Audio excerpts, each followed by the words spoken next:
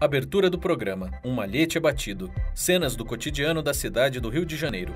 Imagem de criança desaparecida na lataria de um ônibus. Ilustração da fachada do Ministério Público do Estado do Rio de Janeiro. Imagem aérea do Estádio do Maracanã. Dois homens apertam as mãos ao lado do pé do Cristo Redentor. A imagem se afasta, revelando a cidade ao fundo. Escrito na tela: MP Cidadão.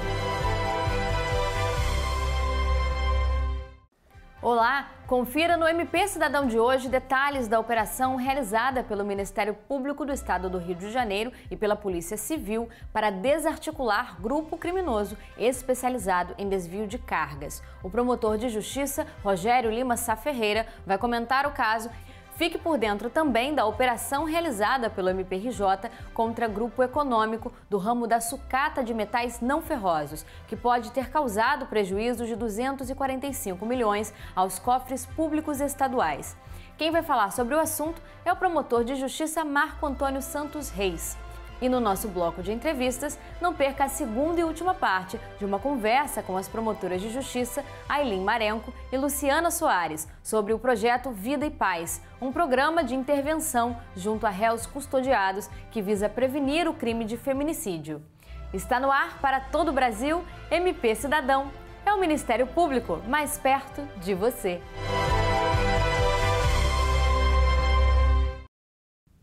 O MPRJ e a Polícia Civil realizaram a Operação Resina contra uma quadrilha especializada em desvio de cargas. O grupo criminoso registrava falsos roubos na delegacia para encobrir o esquema fraudulento. Confira detalhes da operação no quadro Conheça a Atuação do MPRJ.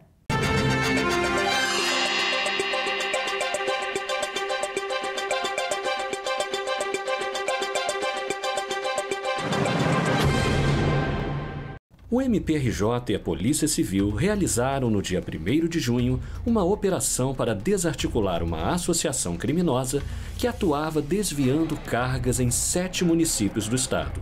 De acordo com as investigações, os criminosos comunicavam falsos roubos de cargas para encobrir os desvios.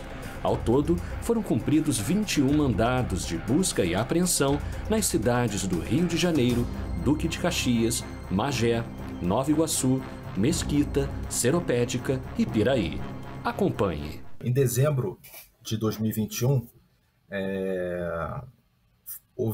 foi descoberto um desvio muito grande de resina de uma empresa situada em Xerém, Duque de Caxias, né? Então, naquele momento, foram identificados funcionários da empresa, que é a CPR. E, naquela ocasião, foi levantado o desvio de 200 toneladas de resina, que é aquele material que faz garrafa PET para essas empresas de refrigerante. E a partir dali houve a investigação desse furto qualificado, e esse inquérito foi concluído e foi desmembrado para continuar a investigar as outras pessoas que estavam envolvidas nesse desvio. Quando começou a investigação, que foi em dezembro de 2021, descobriu-se que outras pessoas estavam envolvidas. Pessoas essas que seriam motoristas, donos de transportadoras, que estariam praticando o desvio, estariam desviando cargas de resina e cargas de ferro e minério, né? E aí buscou-se no sistema e descobriu-se que eles, pelo menos desde agosto de 2021, eles estavam praticando esse tipo de crime. Eles agiam de duas formas, né?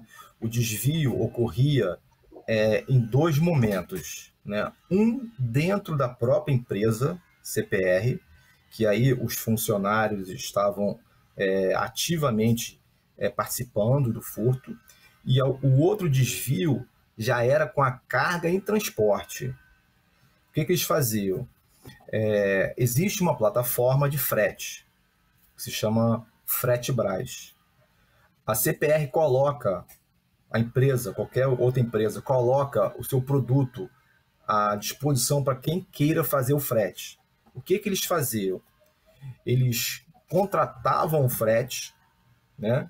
O dono da carreta contratava o frete, chamava um motorista, esse motorista pegava a carga, no meio do caminho ele já mancomunado com os receptadores, eles paravam a carga em um ponto, vinha um outro motorista dos receptadores, levavam a carga. Esse motorista ia na delegacia, uma delegacia distante, né, distante do local de onde ele dizia ter sido roubado, e comunicava o roubo, né, um roubo inexistente. Eles só vão na delegacia depois que eles já estão seguros que a carga já está salva para eles. Então foi assim que eles agiam. Um contratava o frete e um dirigia o caminhão, entendeu? O que dirigia o caminhão dizia que foi roubado e comunicava o roubo numa delegacia muito distante, né? E quando ele já comunicava o roubo, a carga já tinha sido receptada há muito tempo, entendeu? Justamente para a polícia não conseguir detectar, interceptar essa carga antes do cara comunicar o roubo, né? Então, normalmente assim, eles só comunicam depois que a carga está segura. A Polícia Civil, ela tem a atribuição de investigar indícios de autoria e materialidade, e o MP acompanha de perto a investigação. Bem, o próximo passo será analisar a documentação que foi apreendida. Foram apreendidos muitos documentos e celulares, acho que foram 14 celulares, se não estou enganado. A gente vai analisar esse material, que é muito material para analisar, né? E a partir dali a gente vai ver se a gente já deflagra uma ação penal, se tiver condição, ou se a gente desdobra isso para investigar, para identificar os receptadores, que é o objetivo final agora, né? Nossa meta agora é identificar quem são os receptadores finais dessas cargas, né? Da resina, do ferro, do minério. Quem é que está recebendo essa chave? Porque é uma quantidade muito grande, né? 200 toneladas de resina, você imagina que alguma empresa deve estar recebendo isso, né? Então, o nosso próximo passo é analisar esse material e tentar identificar os receptadores finais. O MP Cidadão vai para um rápido intervalo. A seguir, fique por dentro da Operação Controle Master e não perca a segunda e última parte de uma entrevista com as promotoras de justiça Ailin Marenco e Luciana Soares. É rapidinho, voltamos em instantes.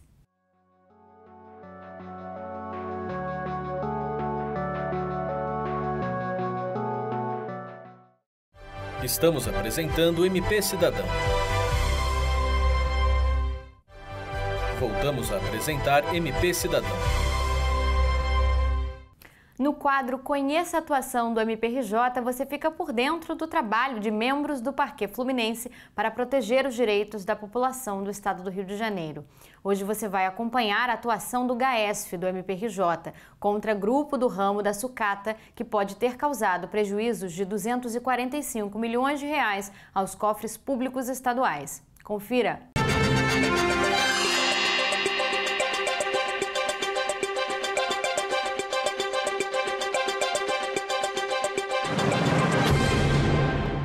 O Ministério Público do Estado do Rio de Janeiro, por meio do Grupo de Atuação Especializada em Sonegação Fiscal, realizou no dia 31 de maio operação contra grupo econômico pela prática de crimes tributários e falsidade ideológica. De acordo com as investigações, as fraudes fiscais praticadas pela organização criminosa podem ter causado aos cofres públicos estaduais prejuízos superiores a 245 milhões de reais. A Operação Controle Master é fruto, inicialmente, do encaminhamento de uma representação fiscal para fins penais, por meio da Secretaria Estadual de Fazenda, mas precisamente em decorrência de um trabalho bastante minucioso da então Superintendência de Inteligência da Cefaz. E essa representação fiscal para fins penais dava conta da presença de indícios de um possível crimes tributários envolvendo a redução, a supressão de ICMS nesse setor de sucata de metais não ferrosos. A partir do encaminhamento dessa representação fiscal para fins penais, o Ministério Público, por intermédio do GAESF, Grupo de Atuação Especializado no Combate à Sonegação Fiscal e os Ilícitos Tributários, instaurou o procedimento investigatório criminal e, através de diligências de natureza variada, chegou a reunir um arcabouço probatório suficiente para a tomada do próximo passo, que culminou nessa operação, a saber, a distribuição de uma medida cautelar de busca e apreensão, assim como outras cautelares. A fraude fiscal estruturada nada mais é do que o conjunto de atos, de expedientes fraudulentos consistentes em atos ou negócios dissimulados, na presença de pessoas interpostas, chamados laranjas,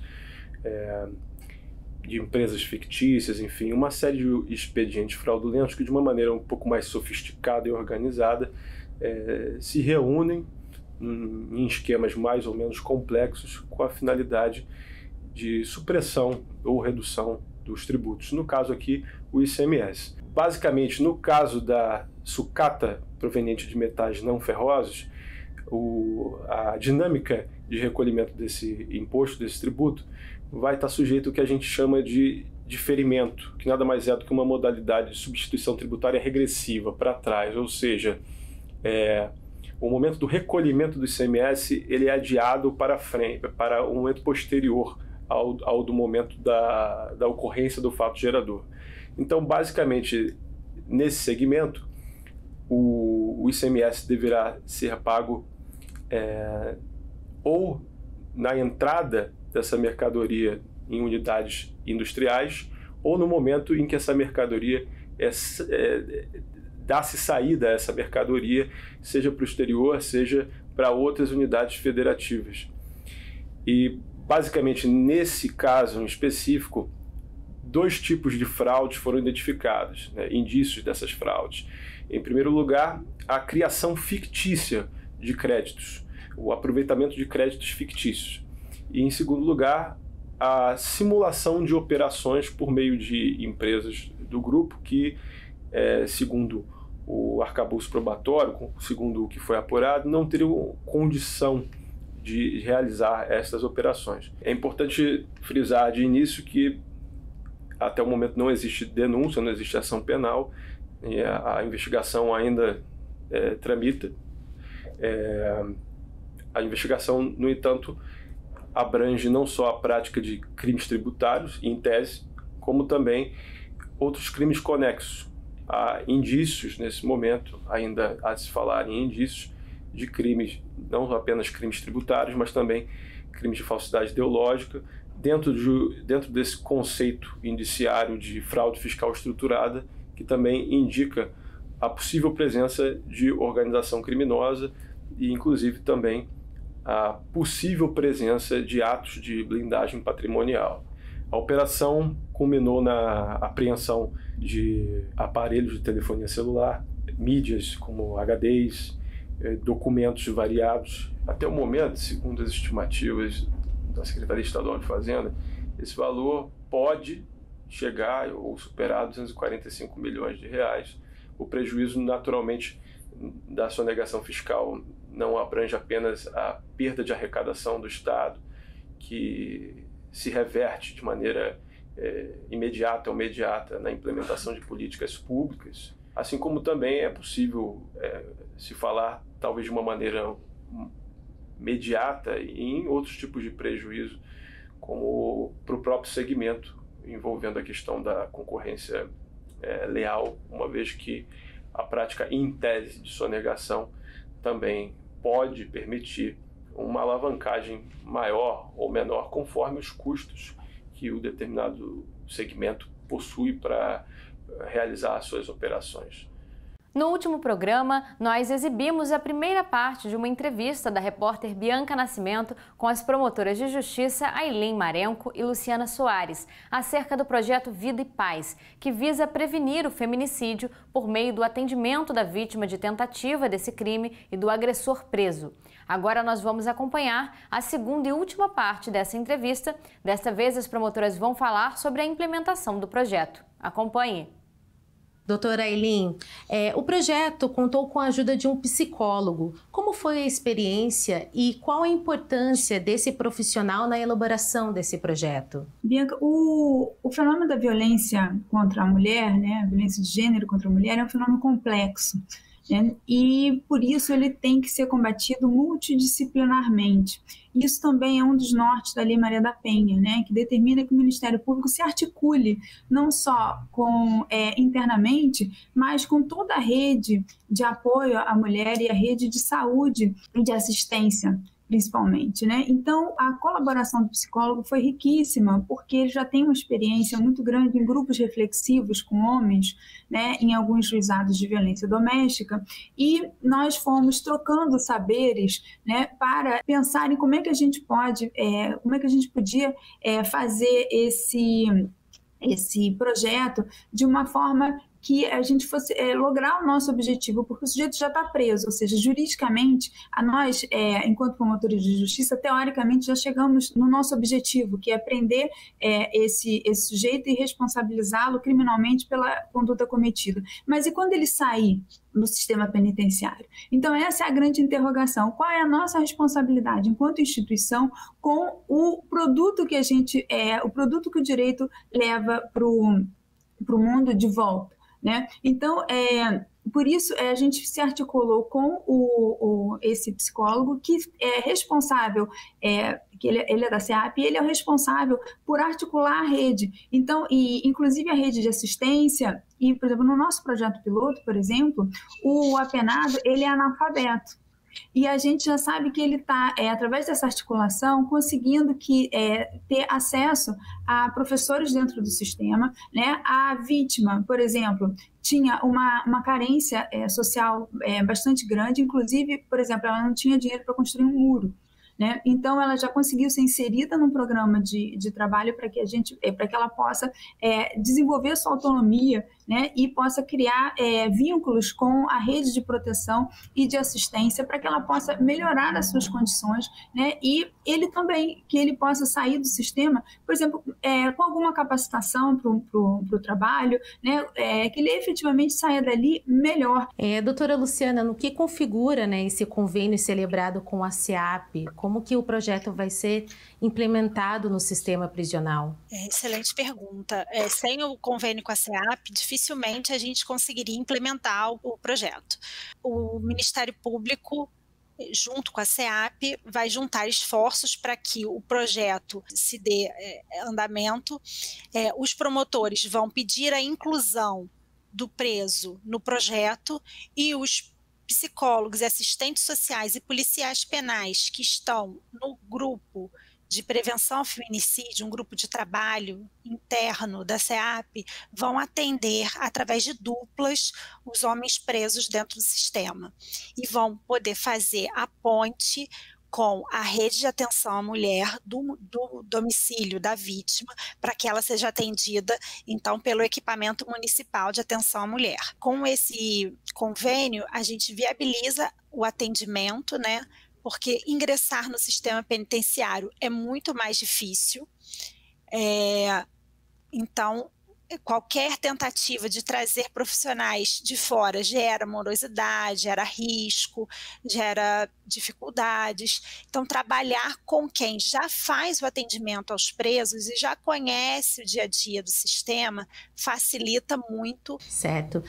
Doutora Luciana, a senhora pode explicar como que vai ser a metodologia desse projeto, as técnicas psicoterapêuticas, comunicação não violenta e os métodos para controle da raiva e da agressividade? O projeto, ele se baseia teoricamente, num livro de uma colega do Ministério Público do Rio Grande do Sul, Catiúcia Ribas, chamado Violência Doméstica e Programas de Intervenção com Agressores. Nesse livro, ela traz um relato de diversos programas ao longo do mundo, na Espanha, na Noruega, nos Estados Unidos, enfim, em diversos lugares, que em cada um desenvolveu uma metodologia diferente. Mas a principal metodologia é de psicologia cognitivo-comportamental e técnicas de controle da raiva. No nosso caso, a gente está ainda trabalhando para descobrir qual vai ser a melhor metodologia. Certo é que o sistema vai ser parecido com os grupos reflexivos que já existem nos juizados de violência doméstica, em que os agressores são reunidos e trabalham em grupo as temáticas, sendo conduzidos pelo assistente social ou psicólogo que lidera o grupo. Essa metodologia de grupo reflexivo faz com que a pessoa se responsabilize também pelo seu próprio raciocínio, pela sua própria reflexão, e não é dado para ele um produto pronto. Ele vai participar da construção dessa nova visão de mundo, né?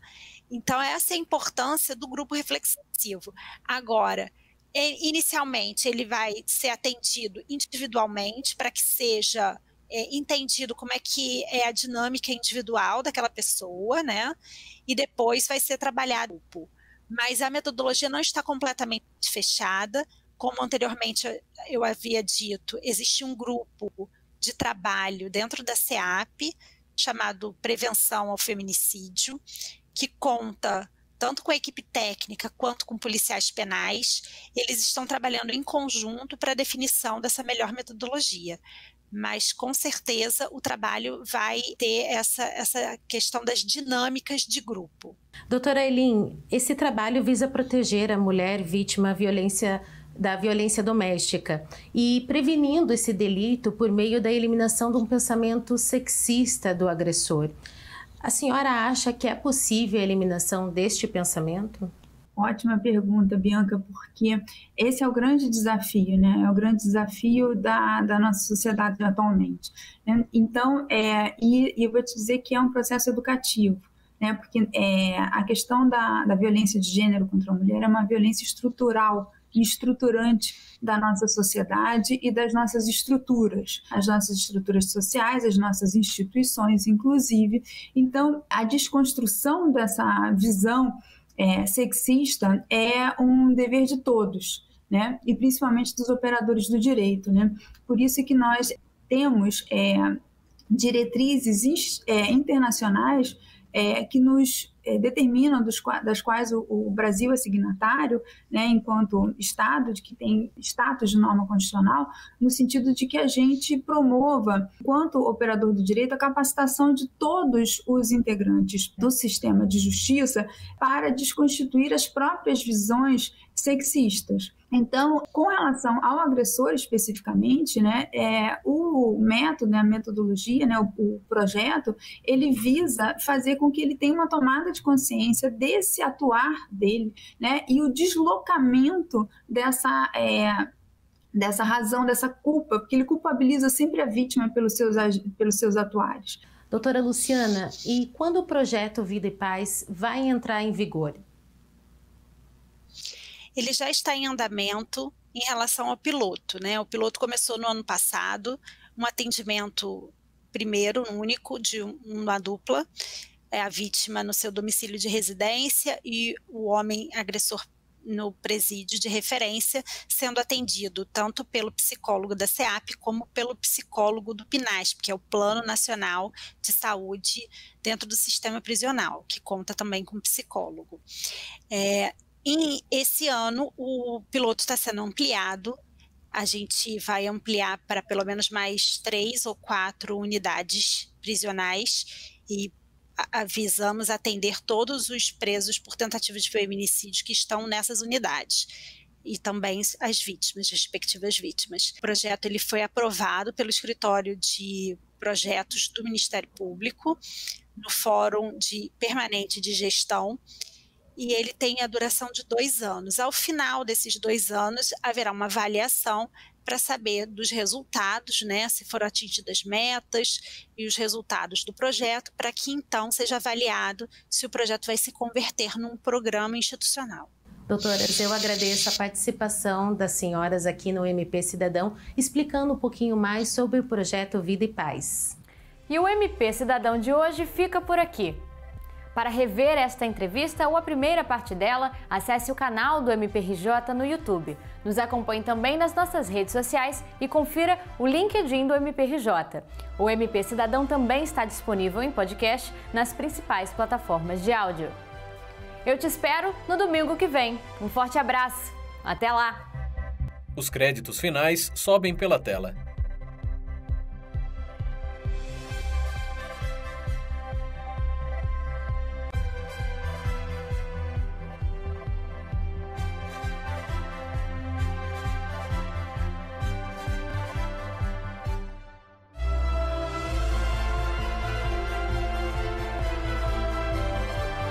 Escrito na tela, MP Cidadão.